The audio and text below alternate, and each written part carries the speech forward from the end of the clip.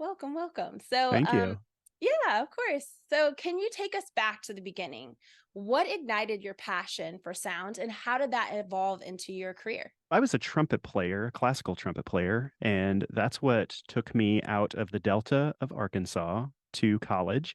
And that's what I wanted to spend my time doing was playing classical trumpet. But unfortunately, had a very tough bout with panic attacks my third year of college, which turned my entire identity on its head. And but I knew I still wanted to be in music or sound or something adjacent. And so went on and started exploring and ended up kind of switching my major from a performance major to a media major, explored recording and recording studios for bands, didn't feel quite right for me, discovered post audio, which seemed a lot like scientists and nerds, which is much closer to the way I feel about myself. And yeah, one thing led to another, and I got an internship at a news station pointing a camera at a news anchor. And the only reason I did that is that I knew that close by there must be an audio person. And then I really hoped that they would take me under their wing. So that's how it started. So, how do you approach a project when it comes to sound design? Are there any principles that guide you? Every single project, whether it's commercials or if it just needs mix or if it needs full sound design or it's a film or a documentary or a game or any of that, it's very cliche to say, but it's really just all story driven. I'm trying my best to just absorb what the economics of what someone's trying to sell or the story or what's happening to the characters and really kind of like how can we enhance that through this invisible thing of sound. It's like this whole idea of Michelangelo didn't really think much about like the paintbrushes. It was just a flow state. And so, me and my team, we know our tools inside and out. We all know the best tools. We're always demoing those things. But when we have conversations internally, it's not about tools generally. Usually, if we're, unless it's something which is like, oh, we're trying to figure out this really complex thing, maybe that one plugin might help with that. But a lot of times we're speaking in emotion, we're speaking in story, and other cues like the way that the editor will cut something says a lot about how the sound design will flow, how they'll even cut in their own design, the way that the picture's been colored, the way that the cinematographer has shot things will also give us clues if it needs to feel claustrophobic or wide or calm or tense. So there's a lot of very inherent clues that we don't really put our finger on along the way. But since I've been doing this for a while, and my team has, they all just kind of get absorbed simultaneously. That's kind of like the starting point of how do we want all of this stuff to feel. And the first thing is we want it to sound clean and clear, and then we kind of move into the sound design phase. Quick side question. When you say an editor's cue will give you the basis on how you'll start your sound design, what do you mean by that? The pace, like how they cut, the length of a piece is really important to how much we can push and how much we pull back. If something's very short and very like quick and like quick edits, and also the music cues make a huge difference in there too. When we work with editors, like the longer we work with them, the more we start to learn their preferences and their, what they love. And then it's a lot of a back and forth. But I would say that, yeah, every editor is just different and they work on different things too. And they also have a boss who's also appealing another boss and another boss and another boss, unless it's one of these kind of like personal projects. I've been doing it long enough and I've worked with so many companies and individuals and independent production companies that really just starting everything from like, what is the point here? And then hopefully having some sort of dialogue with the editor to really understand what they're thinking and that dance with the director. What segment also determines like how out front do we go, how like creative focused, how much are we actually like affecting mood versus some other things, which has to do with being completely transparent and like we don't even exist. And so it's all a combination of many factors that lead to how we approach everything. But everything also starts like just with a root of clarity and sounding, all the bones sounding incredible. What do people misunderstand about sound design? That it's not time consuming. I think that sound over the years has really turned into this very white knuckle, do it as fast as possible type of endeavor for a lot of people. Not for us, because that's something that we don't perform at our best when we're like that. If it's something that's just a mix only of something that's very clear, it's talking heads or things like that. Like we know that our role is to just make sure that like every single syllable is crystal clear. There's no noise in the background. And that everything is just completely transparent, and there's just nothing in the soundtrack that like jumps out at you, and it's just really clean and clear. But when we start to even put one foot into creative, that's where time matters. And that's where it takes us time to absorb and understand and really get deeper into the story, have longer conversations with the director, the editor, even the brand, if a brand's involved. Most of our stuff is like very straightforward. We know exactly how we're going to approach it, and we have a lot of long-term relationships. And sometimes like just the cues themselves make it really obvious. I would say that like right now we're also going into a world where I think that we're kind of like doing a little bit of a decline in the sound quality of things because there's so many like AI tools and so many things you can bring into other programs and whatnot. That standard is just not anywhere close to what it was, I would say, even 5 or 10 years ago. So I think we're taking a little bit of a dip because it's just all about speed and like, well, that's good enough. But I think that we're about to see like another resurgence of just how sound, just the bar is much higher. I'm meandering a little bit, but misunderstood about sound. Yeah, that it's something that that's easy, I guess. It's very complex with just a lot of like just a million decisions all the time. So, for those individuals who are interested in sound mixing and sound design, but who aren't that well versed yet, what are some basic but impactful tips that you'd recommend? I would say that like you don't have there's no permission needed to jump into sound. There's no bar that you have to, and I'm saying this right after how complex sound can be, but there's no line between like what the editor can and can't do and then where we pick up.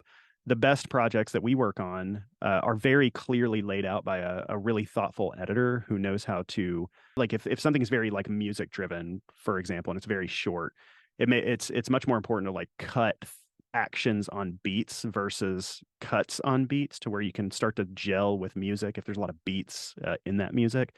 Just experiment. And I think the thing that people will find as an editor, if you're working with sound, which you should be, because that's just part of the editing process, there are times where you'll start laying in sound beds or sound effects or whatnot. And I think you'll find that there's just a lot more time where you don't have to be pushing music constantly. Depending on the length again. I would say that like when people start making longer form things like 10-minute plus, music becomes absolutely exhausting over time. But when you're not using any other things other than music the whole time, it feels scary to like remove that because there's no sound there. So I would say just like jump into sound effects libraries and start laying it in. Just make it part of your job. And that doesn't mean that you can't push it off, but I would say like just the greatest stuff we work on is always from editors who have absolutely no hesitation to do as much sound design as they feel necessary. And we find it a challenge. Like if we get something that's like, okay, that sounds good, that means that we're starting at just a higher level, and then we just take it even further. So, for those who are aspiring to pursue sound design, what foundational advice would you give them to kickstart their journey?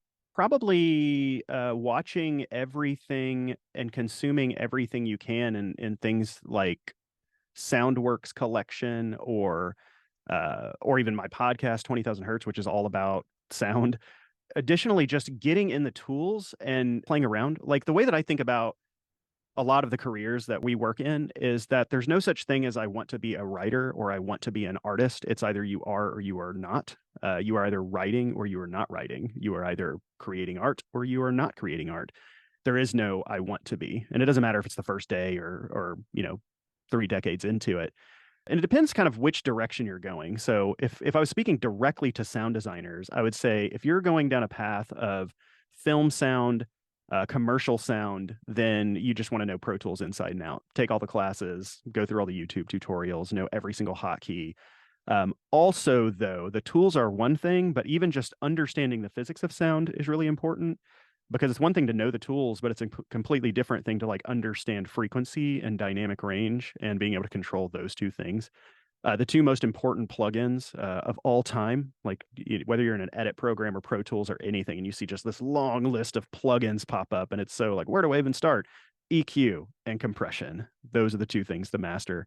And if you could do that, I mean, you can find a million tutorials on every single plugin for that on YouTube. And those would be the first two that I would start with. And you can do that certainly in Premiere or anywhere else. If I was going down the video game route, I would say like Reaper is like more popular over there. So I guess it just depends on like the direction you're going because different people use different tools. But really like understanding EQ, compression, and sound effects libraries. Like those are the three. And there's different in every single one. As far as sound effects library, Soundly is very good. Pro Sound Effects has a really good thing called SoundQ, where you can buy sound effects and it'll just pop up in there. So I'd say Soundly and SoundQ are pretty much on the forefront of that right now. How do you think the sonic experience shapes our emotion tied to a story? In this industry, everything is so visual forward, and it makes sense. Visuals are hard to make. It just takes so many people, and I mean, depending on the circumstances, it's so much like manual labor just to get something shot well that I feel that that attitude in film and television and commercials and all of that stuff kind of also overshadows the importance of sound because video is hard to shoot. It casts this giant shadow on sound. But the thing that I say are two things. So first things I always think of is like the picture is just like a picture frame on a wall. No matter how big it is, it's just like a window. It's a beautiful window, but there's nothing outside those four barriers. And we only have out of our five core human senses, we only have two to work with. If we're talking about theme parks or something, we have other aspects to play around with those and other senses that we can mess with, which is really cool. But in this world, we have two. And so I think because one is so hard to shoot, it completely overshadows the other side. And so when we go through post, we go through writing, we go through all of these things, we just think, oh, visuals, visuals, visuals, visuals, visuals. Meanwhile, you really have to shift your thinking, and filmmakers do this. Like legit, when you watch films, it's not top to bottom music. There's huge chunks of time where there is no music. There's huge chunks of time where Hans Zimmer has composed 10 minutes of score and 9.5 minutes of it is buried under sound effects. And so taking lessons from them, it's like they understand the push and pull and the reality. And so what we're trying to do is we have these four barriers. We're trying to make it to where in your memory, when you watch something, you don't even think of the barriers. You're just pulled into it because sound is the thing that like comes out. It comes from over here. It comes from over there. Sometimes it comes from over here. And so we have a lot of ability to even tell story outside of that screen and still draw people even deeper into it. So our goal is really just to like mesh the mind with that world and just kind of eliminate barriers in general. We'll have to circle back to your key takeaways from Hans Zimmer because we have some big fans here. I just went to Hans Zimmer studio like 2 months ago. It was enlightening. Wow, that's amazing. We've spoken about the narrative power of sound and the relationship between writing and sound. In what ways do you think these two mediums influence and elevate each other? Sound has to be written for the most part. It's not something where you can go down the path of like, write with no concern for sound, then shoot with no concern for sound, then edit with no concern for sound and do top to bottom music with no concern for sound, and then wall to wall voiceover and narration, no concern to sound, and then send it to sound design and go like, do your magic. And I want to feel this, and I want to feel that, and I want to feel this. Which is like we're completely boxed in. It's not solely the sound designer's responsibility to like just invent an incredible soundtrack. Every project we've ever been a part of that is just on our website or huge like things that have been successful, it's been because every single one of these people were thinking about it when they were writing and when they were shooting and when they just knew the resources that they were going into. And I also feel like in the industry, people are a little worried about like relying on sound too much if maybe they can't afford to go to a sound designer or if they're doing it themselves. One big thing that I think everyone should think about when they're making anything is that the second you put music into anything, you are inserting your own unconscious bias. You're saying, this is how you should feel. This is the music that I think should make you feel this certain way. And it really boxes a lot of people out. And I would stop short of calling it like exclusive, but it kind of is. And where I learned this was about a decade ago. I worked on a documentary called Blood Brother that was just really tragic documentary about this guy who went to India to help orphans who had AIDS. And on screen and stuff, there was horrible stuff and death and Just wild images and just a wild story. It ended up going and winning Sundance in both categories and was really successful as far as story. It's one of the greatest things I've ever worked on emotionally. But what I had learned with the director, Steve Hoover, on that, we had worked on it. I think it was a long project. It may have been 6+ months just on our side. And because it was a slow thing of them gathering funds and trying to do it on their on top of their commercial work. And we're in the final mix pass on the very last day, and we're going scene by scene, just listening through things. Well, rewinding a little bit. One, we tend to put sound for everything and then let people take things away. So there were moments that were very impactful, a death on screen, a really horrible news or something, and we might put some sort of like reactionary, subtle thing in there. The first thing he did was we cut all that out because you don't need to be told that that's super sad. I think a lot of filmmaking is very heavy-handed in a way, and it doesn't even give people their own way to interpret films. And so in that final day, we're going through, and there's this scene that came up, and he was right after a really heavy scene, and we listened to it, and he's like, "Oh, let's go back and listen to it without music." And we went back, we listened to it without music, and he's like, "Cool, let's move on." I was like, "Okay, I'll turn that back on, and then we'll, move on." He's like, "No, no, no, we'll just cut it." How do you cut music on the very last pass, on the very last day of something you've been working on for years and years?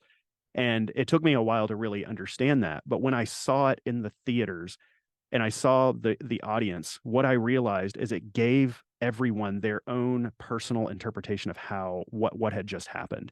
So by pulling back on music, you allow for everyone who thinks in different ways, from different cultures, from different walks of life, to feel their emotions. I'm speaking more of like film and documentary stuff, but if you start that violin like 30 seconds before the emotion happens, it's already just like, oh, something sad's about to happen. It's priming people.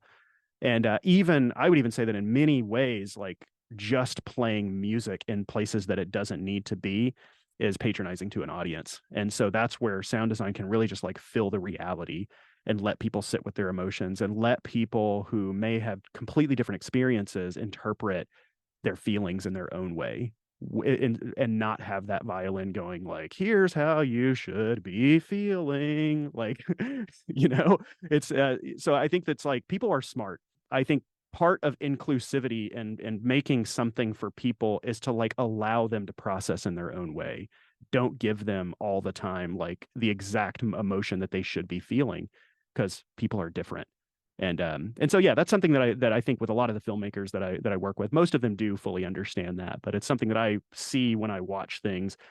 And I think in general, music is an amazing tool, but it gets way overused because people are scared of sound design. So your podcast, 20,000 Hertz, talks about the world's most recognizable sounds. Can you tell us about a story or a particular sound that left a memorable mark on you? There's so many.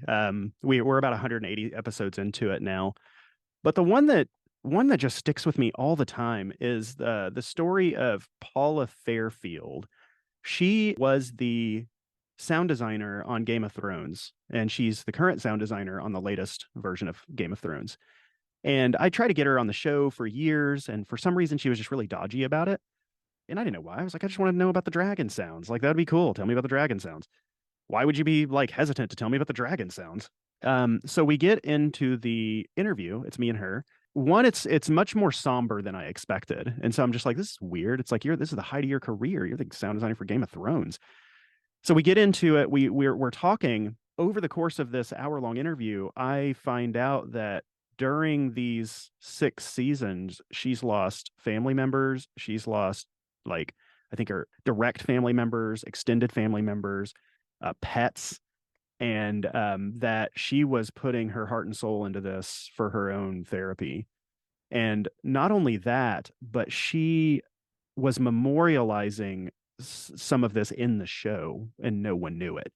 So there's this beautiful scene where Arya is reunited with her direwolf Nymeria, I believe.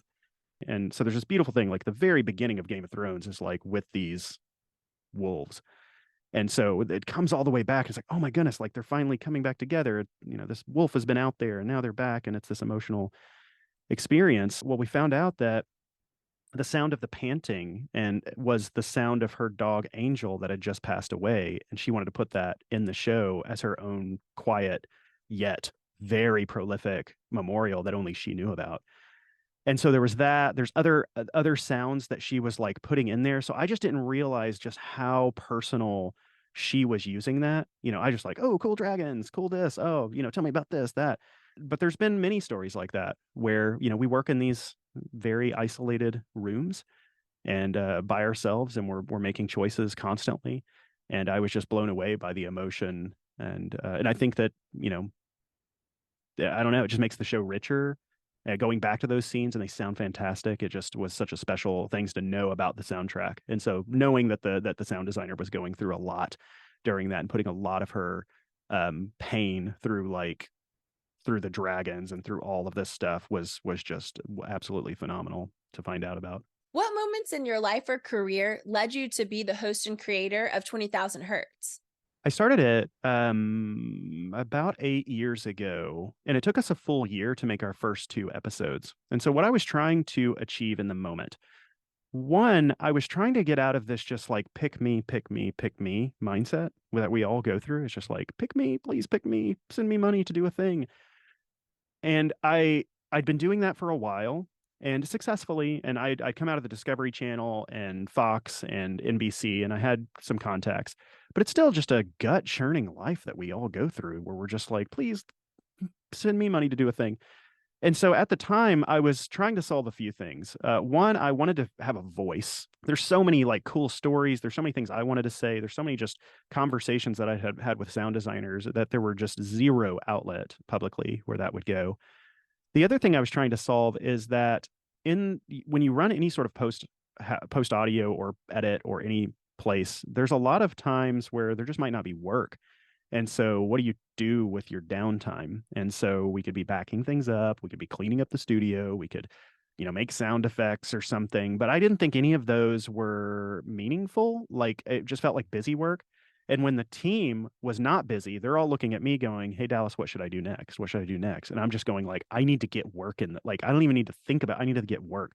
And so the other thing I was trying to solve was like making a piece of content that served us, that made us all feel like we have a voice, that filled all that downtime. When I'm panicking about just getting work in the door, they're just doing and having a ball creatively making this thing that we don't have any bosses for.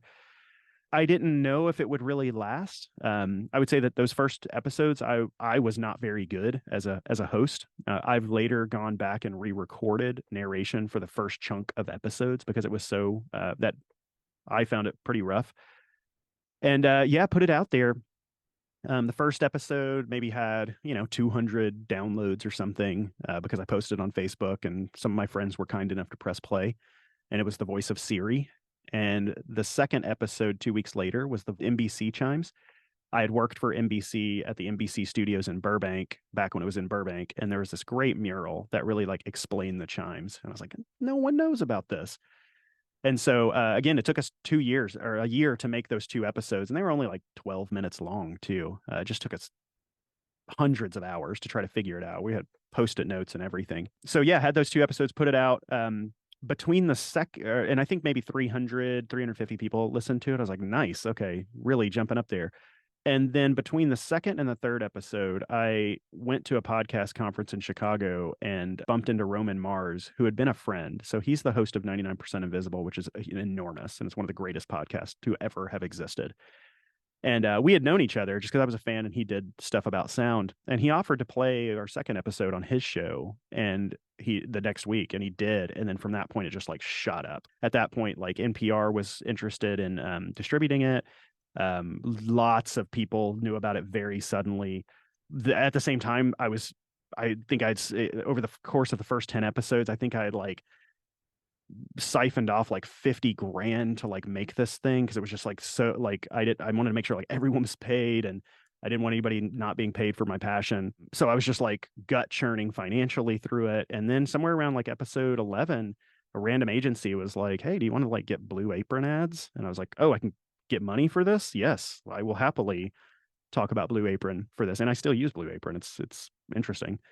But yeah, and then the advertisers started coming. It was slow at first, and then I sold Bose on like a 10 episode sponsorship. To see if they would be interested in doing it. I wrote the CEO of Bose, and they did not write back. I wrote the CMO of Bose. They did not write back. And I just kept going down the line until someone immediately wrote back and connected me with the right person. So they did like 10 episodes. And then by that point, like advertisers started trickling in, and then it started to break even. It started to pay off a little bit of that. And then here we are 7+ years later, and it's still going roughly every 2 weeks, and fully advertised with kind of all the normal podcast advertisers. But on top of that, we have a lot of special partnerships directly with manufacturers, audio places, and people who sell stuff. And we have a lot for next year as well. So it's just been slow and steady. But yeah, here we are. That's so wonderful how that all kind of came around full circle. The moral of the story here is I think every creative should be making their own thing. I mean, if you're slammed, I get it. You don't have the time. But if you're not, just always chip away at something that you're passionate about. Now, I spent a lot of time with strategy and really wanting to know what I was trying to communicate, how it fit in with Defacto, how it fit in with other things. I love strategy in general. So that's the thing that I think a lot of people don't do enough of. So if you are going to do a thing that could benefit you in other ways, really kind of working out strategically what that thing may be. Because 20,000 Hertz was not just like a fall into 20,000 Hertz. It was like, I wanted to check this box, this box, this box, this. It was just a lot of things. And shockingly, it did exactly what I was hoping it would do. I did not expect that to happen. So you've kind of touched on this a little bit, but if you had any additional information to add, that'd be awesome. But what were some of the initial challenges that you faced with 20,000 Hertz? And how did you overcome those challenges, if there's any ones in particular that jump out at you? I would just say it's a grind. I follow a lot of YouTubers. We're now pivoting into YouTube and Instagram and TikTok to varying levels of success, but we're working on a lot of things behind the scenes to try to pivot into that. And the one thing that just keeps coming up on different creators and whatnot is just, it takes a long time to be an overnight success, and it's a grind. And if you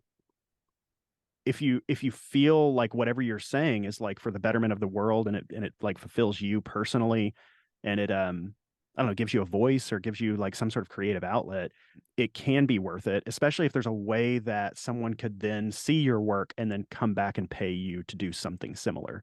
So that's been the biggest flip that happened with 20,000 Hertz. Is at first it was just for years it felt like it was just a anchor pulling me down to the bottom of the ocean of like despair and frustration. There's a lot of good things that happened, but then a lot of things did not go through. The NPR thing, I thought that I wanted that. I know now, I'm glad that it didn't go through for a very bunch of reasons. But the challenges were just trying to keep paying for it, because I was just siphoning all of the money that we made from Defacto back into the podcast because I felt like it was important. The biggest challenge is that no one believed in it. I think it's clear to go and listen to it now to understand exactly what it is and what its mission is. And like, it's one of those things that's like, you can talk all you want about the thing that you want to make, but no one's going to get it until you make it. We're in the art world. Like, you can't say like, I'm going to make a documentary about or da and this and that. And that's like, okay, neat. Nothing matters until it's done.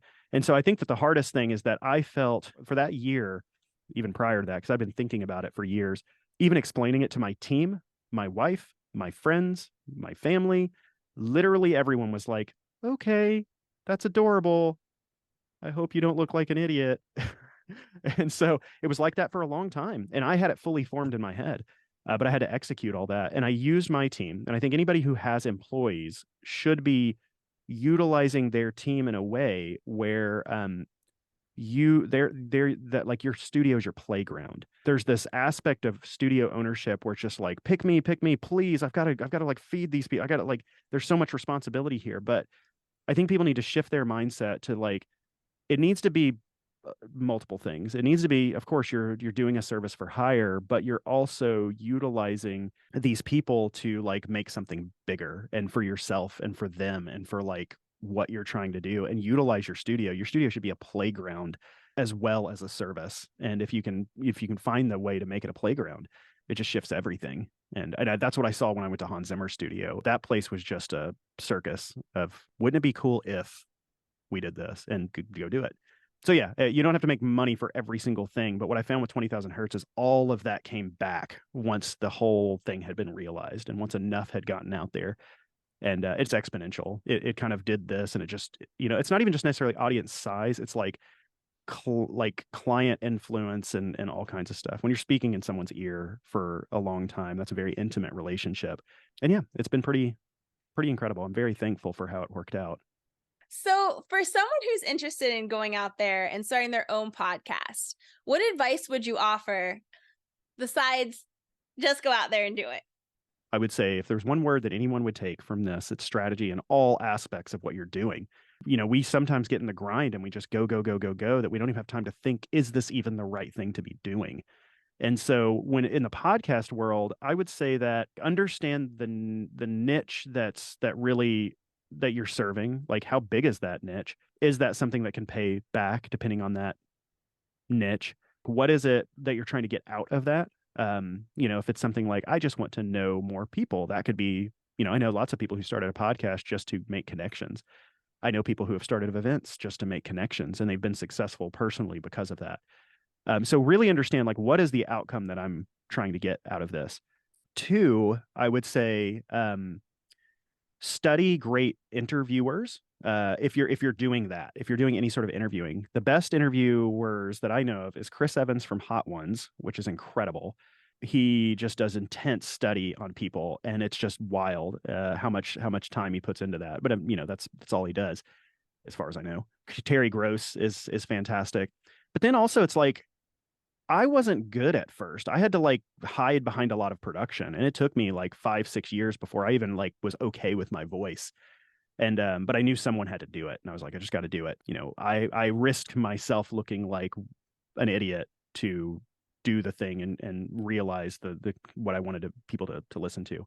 The other thing too is podcasts can be all kinds of things. Really, when you can start dropping interviews into a script and start cutting it and start writing and working around it and adding narration and putting a music cue here and sound cue here, or cutting this because it's a little boring, taking something from the guest and putting it in the host's voice or the reporter's voice just to make it more brief, stuff like that. It's like real fun to like craft an episode. It's fun to talk to people, and it's really fun to craft an episode. But when I do interviews, I have no thought of my voice showing up on the podcast. So I act differently depending on what I'm trying to get from somebody. If I want them to be excited, I will model excitement. If I want them to think and be somber, I will model that. And so there's all kinds of cool interview techniques that I think anyone, even if you're not doing a podcast, is just fun to learn about, because it helps even enhance communication with family, friends, colleagues, where you can really like guide people into places very comfortably. And so that's fun. But yeah, podcasts are fun. I think my favorite thing is just like taking something, and I have a team that'll kind of present things to me, and it's just fun, like pulling things apart. But yeah, strategy and putting a lot of effort, depending on what you're making. Honestly, I think almost anybody can make a show like 20,000 Hertz with enough time. It's just the time and the faith that you're going to pour that much time and effort into something that may not work. But the cream rises to the top because it's so well produced and there's no wasted time, and it's short-ish, that now the audience expects it. They listen to this and they go, this takes forever to get to the point. They listen to this and it's just like enlightenment, like boom, boom, boom, boom, boom, like constant, grabbing your attention.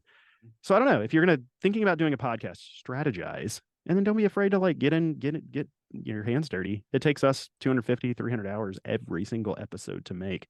It doesn't have to be that way, but yeah, put a little bit more time and effort, and try it out, see what that feels like. 250 hours, man. Or is a podcast even the right thing to do? I would say that would be the start.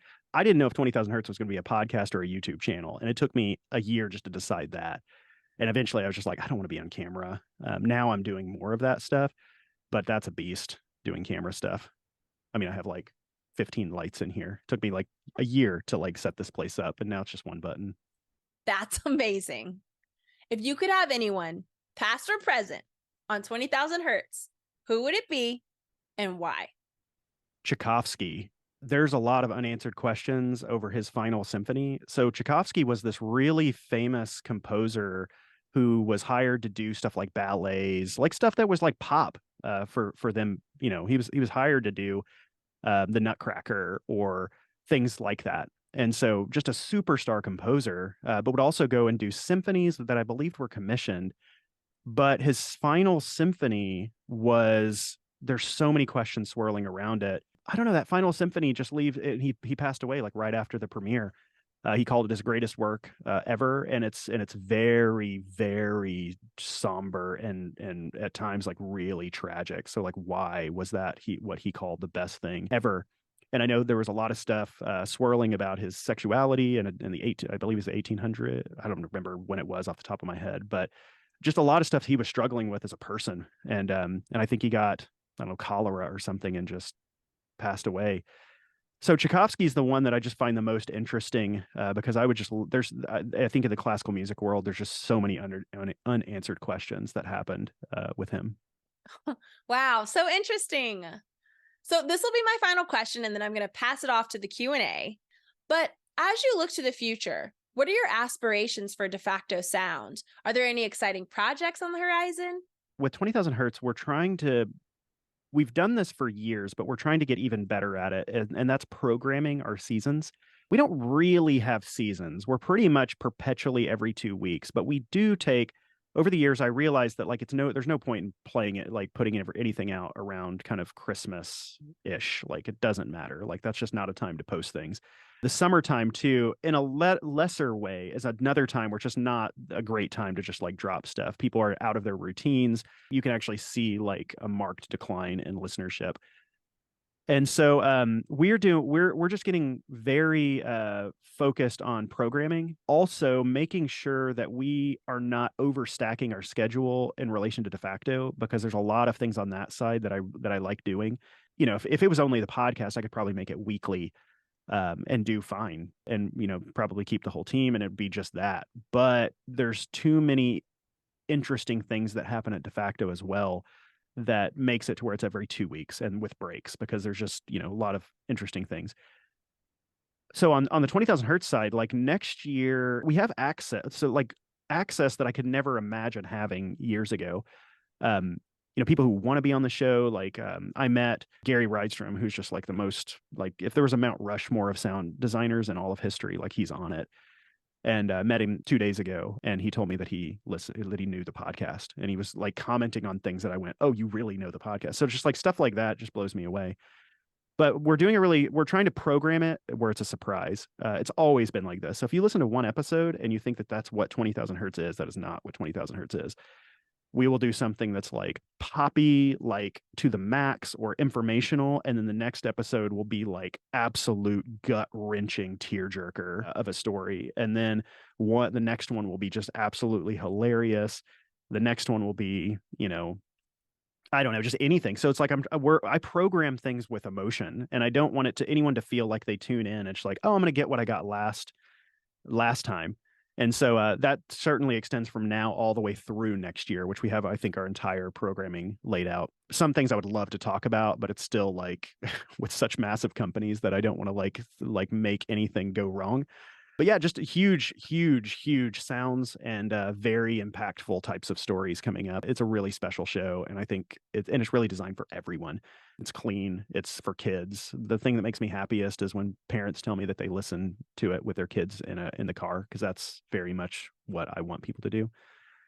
So yeah, lots of great partnerships. On the Defacto side, we do lots of trailers for Netflix, HBO, a lot of independents, a lot of like Nike-esque type of commercials. We're completely at the mercy of other people on that front. We are doing a movie, which is really neat.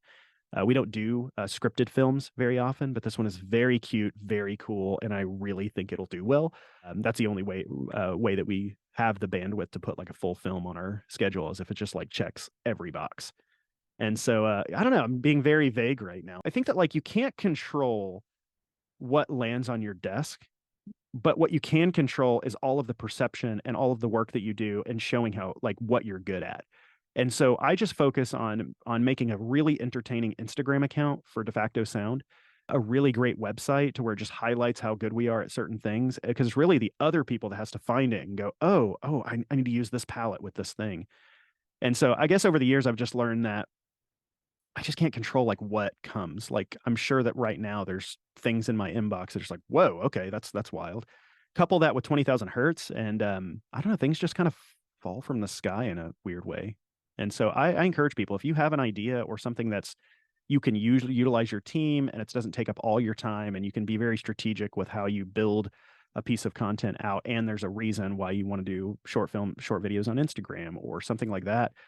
If you have the possibility of growing an audience, that's just like a totally new level. Because when, for me, I'm fortunate enough to talk every 2 weeks to 100,000 people plus maybe. And it's just like the opportunities and the other people's brains wheels turning and the opportunities that fall from the sky from that is stuff I would never be able to orchestrate in 10 of my lifetimes. I think the hardest thing to do is just get people to know what you're really good at. And so you got to showcase that. And so you can see how I do that on the Defacto side with the Instagram account. I try not to use words. I just try to like present things in ways where anyone, whether it's my grandmother or my child, can look at it and go, oh, I get why this is like so interesting. Well, thank you so much, Dallas. Now I'm going to pass it off to the Q&A. So if anyone has any questions, feel free to jump in. In the modern age of individual creators making stuff very quickly, how are you thinking about quality versus quantity? And I think, what we're trying to grapple with is, especially when we make things for ourselves, we want to make great stuff and we have a really high standard, but you can only make so much content at that highest standard. And sometimes I wonder, hey, what if maybe we should just make more stuff and just get it out there? So I was curious what you think about that. With every passing year of age, I have an inherent understanding that I am growing further and further out of touch from reality. I grew up like in the 90s, and in the 2000s was when my career was really growing. But you think about what was happening in those times, and I had lots of opportunities to mix reality shows or go mix like dramatic specials or something, or go mix Mythbuster, like, all of these things that were there was so much of that type of work. But I think that like people in my club there that grew up in that time, or maybe even after, forgot that like the world continually changes, content continually changes. And I think that like the thing that in my generation that I want to like shake people is be like, what do you consume?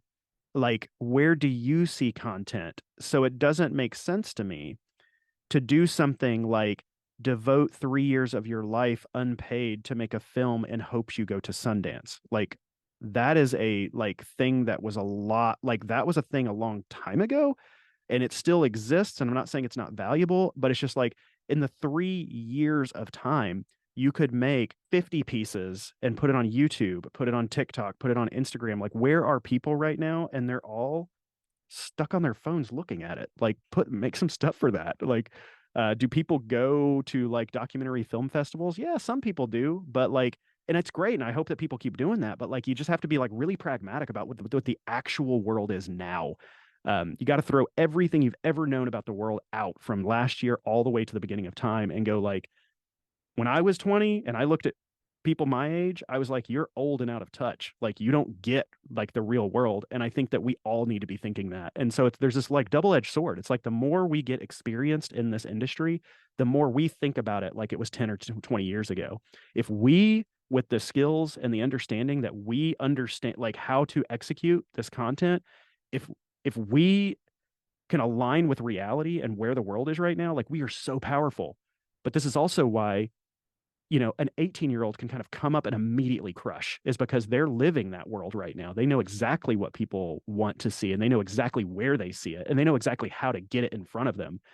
And so I think that that's the thing that I want to stress to everyone is like, I had a lot of luck when 20,000 Hertz blew up, but I also was very much thinking like, this is, I'm not making something for the radio. Like, I don't listen to the radio really. Like, so it's like, you really have to like align with reality. And I think that's what a lot of people don't do. And I see this kind of over and over and over again, where people are making things for a different era. But what's more important? And I think that's the other thing to think about. Like, what's more important? Like, showing something that's like super elite, where you've drained all your finances and you can't pay your bills, to a very small amount of people who can go like, oh, that's pretty cool. Or telling a message that you actually want to get out there, that you want to change the world and make the world a better place or more in sync, but it's just not as like, it's not moody and dark and didn't spend forever on your shoot. Like, you can pop open your webcam and say, here's a super profound thing that I learned, and put captions on it and look like a dork. but you got it out there. And so I think that like sometimes filmmakers hide and they just go like, oh, I could do that if I really wanted to. And I'm like, making content is like telling something out there and putting yourself out there, and that's risky. And doing it repeatedly. I mean, the world now is just like, you don't make a thing and just your life is now like better. It's like you make a thing and then another thing and another thing and another thing and another thing. How do you find your voice in that? So it's like, how do you find your like who you are in this new world? And if you can do it, like there's people out there that want to hear it.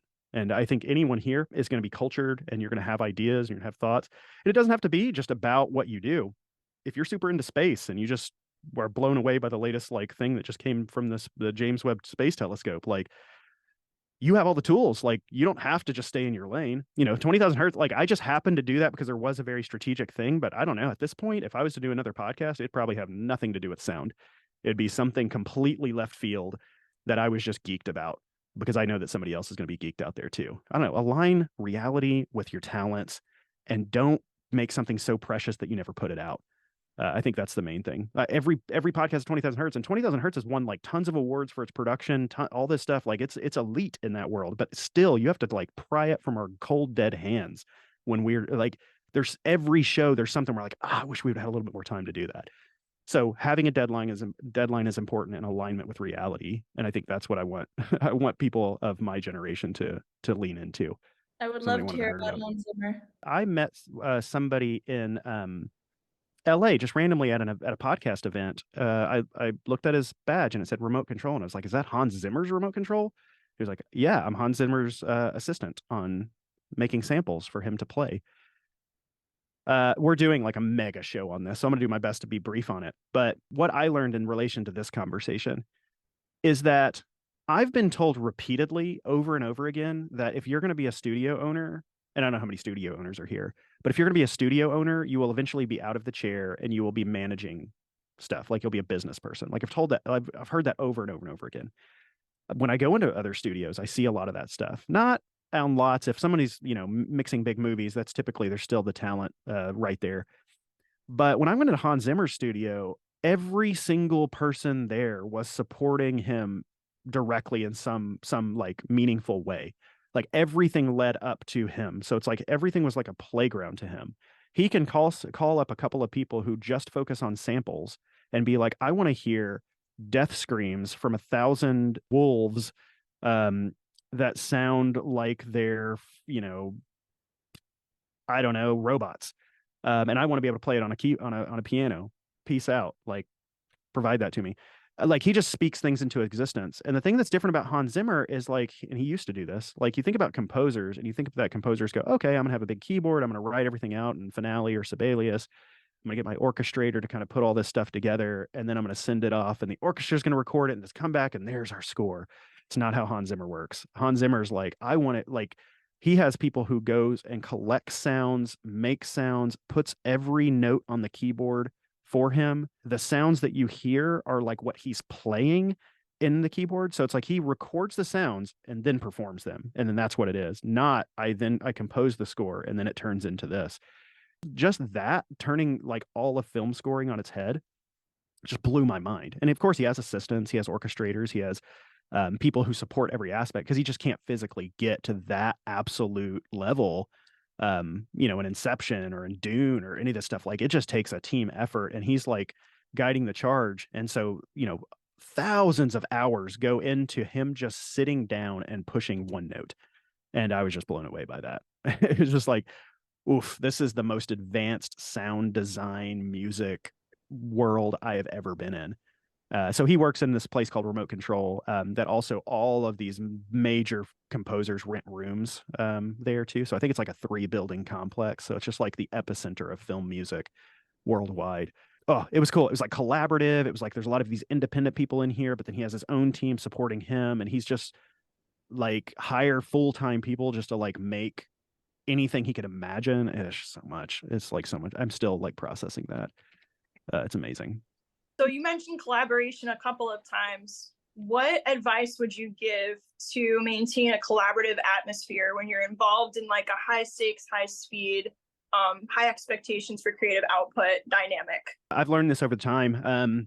I can get very panicky if I feel like something's going sideways, and I can start to sound that way. And the best thing that you can possibly do is, no matter what those feelings are in the gut churn of your stomach or like the panic in your brain, is to still show people like inherent respect and speak calmly and speak, with concrete ideas. Why don't we try this very specific chain of events? I think that when you get too far into like, I want to feel this thing, people hire us, and all of us in some regard, to realize an idea. Not if we're being paid to do something from someone else, like we are realizing their vision, and that is a different thing than kind of being the leader in a lot of ways. But I think keeping a cool head is number one.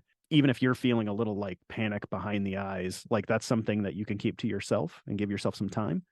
And so, I'm not always perfect with that. There's certainly times where like in a moment where things are really stacking and something's coming right up, I just have to be like, we're going to go A, B, C, D, move. Like we don't have any time. Another thing is like, if you're working for someone else, like, get them hyped on what you're talking about, like show excitement. Like, this is what I think I can do. And what if we tried doing something like this or that? And they'll go like, oh no, I don't really think that or that. But like creative alignment is a really big thing. Sometimes with a lot of like me, a lot of it's just like short thing, then short thing, then short thing. So it's like hard to get the creative alignment, but you kind of get that through multiple projects if it's a bunch of short things. So yeah, it's I don't know, being kind.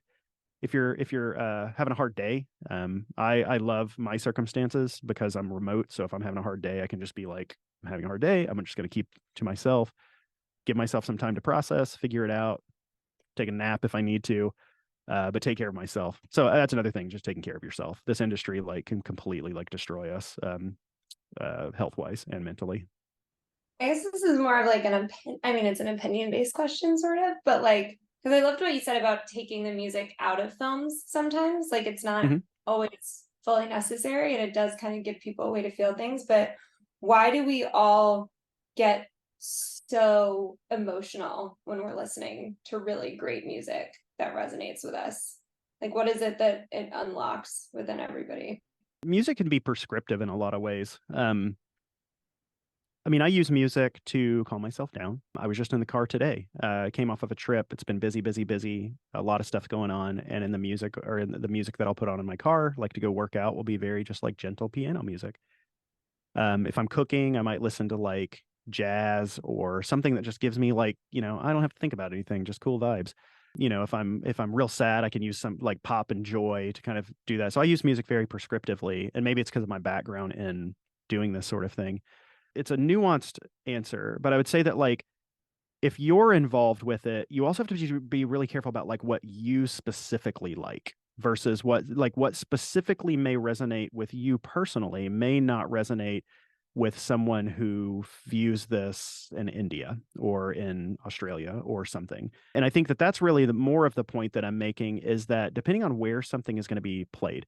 Now, if you're playing something, this is why if you watch football or something, you might hear like hip hop or like rock or like country. It's like you can tell that they're like trying to like hit the check boxes of what most of the people here are watching. But for me, if they do like an emotional documentary about some player that like moved on to another thing and it was really, inspirational over here, like that stuff's going to hit me. It's kind of like, why is the Mona Lisa so impactful? It's just there's so much to unpack on it, and it really just depends. So it's a very like wishy-washy, and I'm sure that I could probably, with enough time and writing, do an incredibly like eloquent 10-minute explanation of this. But I'm at a loss for words on that at the moment. Yeah, music is incredible.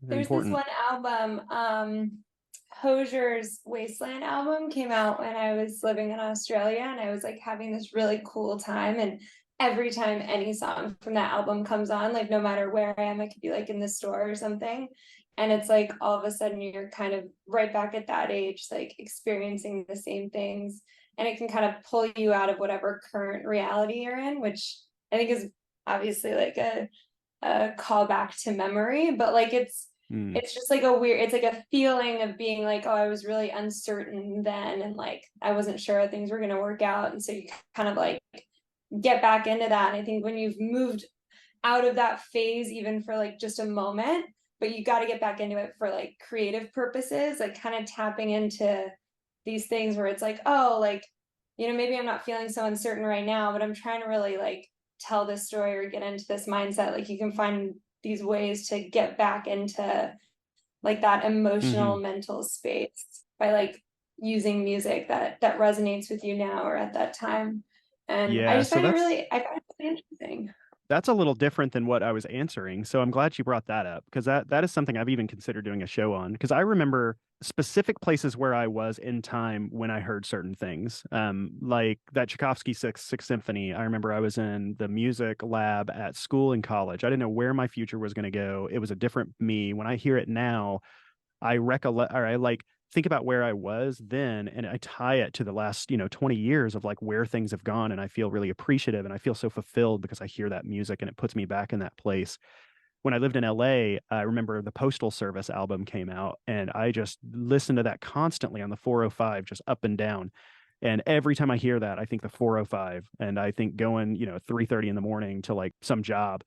Gosh, what and like markers in my time, in like time. I remember like if I hear like Pearl Jam, I remember that was the very first album that I ever bought when I was like 15, and where I was then and like where I was mentally. So yeah, you're right. Like music has, especially like specific music, like pop music that you used to enjoy, can certainly like unlock memories and very like three-dimensional ways. So yeah, I love that thing. And I've even thought about doing some sort of show where it's like, but I don't want to make it all about me, but like just the idea of like how almost having like your lifetime playlist where you go back to as early as possible, like me jumping on the bed when I was 5 to Bon Jovi. It's not like I'm going to rock out to Bon Jovi right now, but like it puts me in the place, and I could almost like have one song for every 5 years of my life and almost like relive a lot of the feelings that I had. And it's good because it also like lets you reflect on where you've matured, where you are now.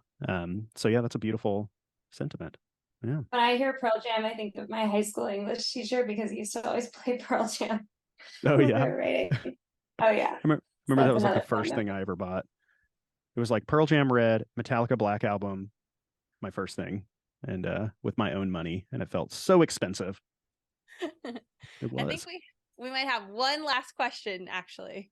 Okay. So Andrea, do you want to ask the final question? Yeah, I was curious how both your world of podcasting and I guess sound design has been influenced, if at all, by AI and the advancements in AI. I know we've used it a few times now on projects where clients have literally asked us to swap out sentences that they've said and, for various other reasons. So I'm curious if it's useful, if it's like, what happens in your industry with AI at the moment.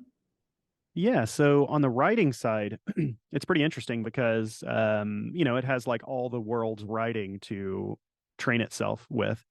With visuals, it also has all this public stuff to train itself with. So there's like two data sets that are enormous that you can use as tools for yourself. So we've occasionally, like if we're doing some kind of like replay on a show and it's like we're trying to bang it out real quick, we usually have original art for everything. So sometimes we'll mid-journey something. Also, it's like not a lot of people see those images, which is a bummer. Now it's like being implemented in a podcast player. So now, we always try to hire. I think 98% of the time we hire an artist to make it. But sometimes, like last minute, we'll be like, "Oh, we got to do a show. We got to do this. Okay, we'll try some stuff." I mean, to be honest, it's like the amount of time it takes just to like make something workable in Midjourney. Like, we might as well just hire an artist to do it because it's just so much to make it work. I mean, I'm sure that with people who are really good at that. I've used Midjourney and stuff for like backgrounds. We put our logo on a background if I'm something like, oh, I need kind of like wavy, purpley pink type of thing that kind of feels like sound. And then on the writing side, I've certainly used it for thought starters. I do that all the time. Like if there's something, oh gosh, every day I'll do something like, oh yeah, like we're doing a mystery sound show and we're trying to think like brainstorm more at things that might be like evoke like right on the tip of someone's tongue, but they wouldn't be able to get it at first. And I actually asked ChatGPT that exactly, and it was like they gave me like a list of 30 sounds to try, and I was like, oh, there's 2 that would be perfect. So it's like I ask it to do like very robust things to just take like the one best thing. There's a lot of times where I might copy and paste something in and go change this for clarity. Sometimes I use it for emails if I'm like rushing and I'm like, I just can't quite get this to sound right. I'll just be able to copy paste, edit for clarity, or like interpret the tone, like if I don't want anybody to feel like something's wrong or whatnot. And it'll be like, yeah, consider cutting this thing. So I use it in ways like that. There's been times where I've even said, like, give me 30 options for a show title that's based off of this. And 9 times out of 10, we have a better one anyway. I'd say when you have amazing writers and amazing artists and like an amazing vision and everything's like crystal clear, it's very rare that generalized knowledge will come up with something better than you. People who are going to jump full force into AI on podcasts, all this stuff, all it's going to do is just like make more garbage generic content out there, in my opinion.